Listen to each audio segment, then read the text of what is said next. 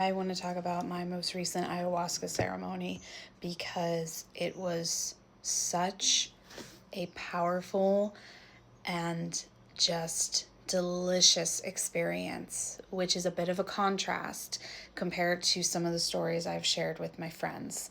And there were some really important messages that I feel called to share with those who it resonates with. Side note, please just appreciate the fit. I got this new jumpsuit from Perusia People, this color, this green, so juicy. So I had so much anxiety going into the ceremony that it felt really odd how nervous I was. I think I was more nervous for this one for some reason than the first one I went to and when I went to the jungle for a 2-week dieta. And I just could not place it.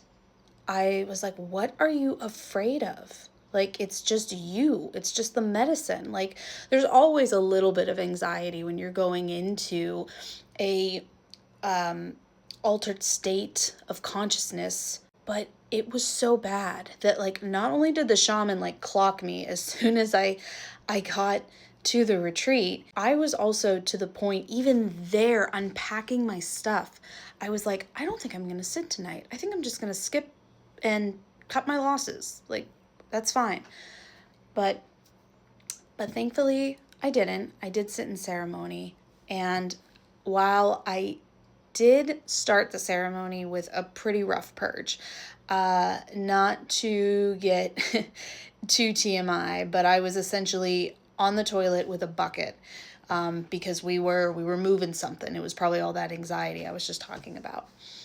And I was sort of nervous because it was so early in ceremony that I was sitting there, literally sitting there, being like, am I just going to be in the bathroom all night? Like, do I need to ask for help this early in the ceremony?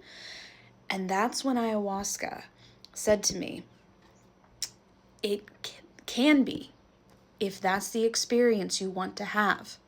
If you want to sit here and just think about the potential purge that is coming, of course your body is going to continue to clench and tighten, which I had already been experiencing the week leading up to ceremony. I was in so much physical pain and nothing was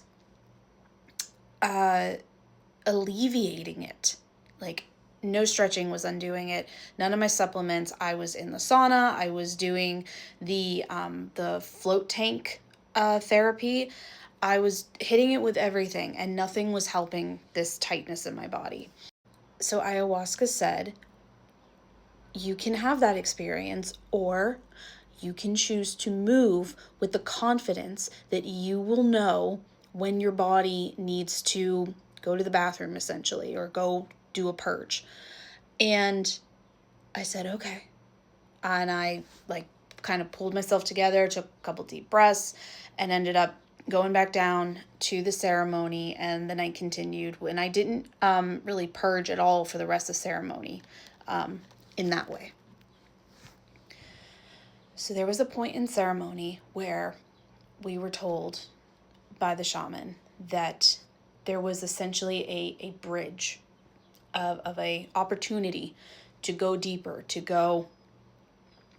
into ourselves for ceremony.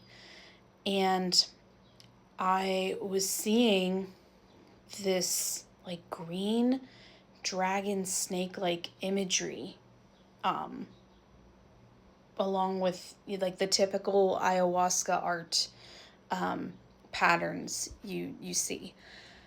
And that being, which I'm still not even sure if it was ayahuasca or something else, but it asked me, what kind of experience do you want to have? And I answered, honestly, I want the most euphoric experience that I can have. And at that moment, it got real quiet.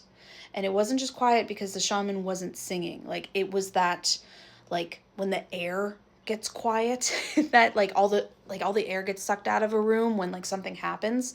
And it felt like Okay, there was an acknowledgement. As soon as that happens and a little bit of time goes by, all of a sudden I feel this powerful, divine, feminine, raw energy coming up through the earth, through the ground, and into my body. And when I tell you, it was literally the best euphoric, erotic experience of my life without being like touched in any way.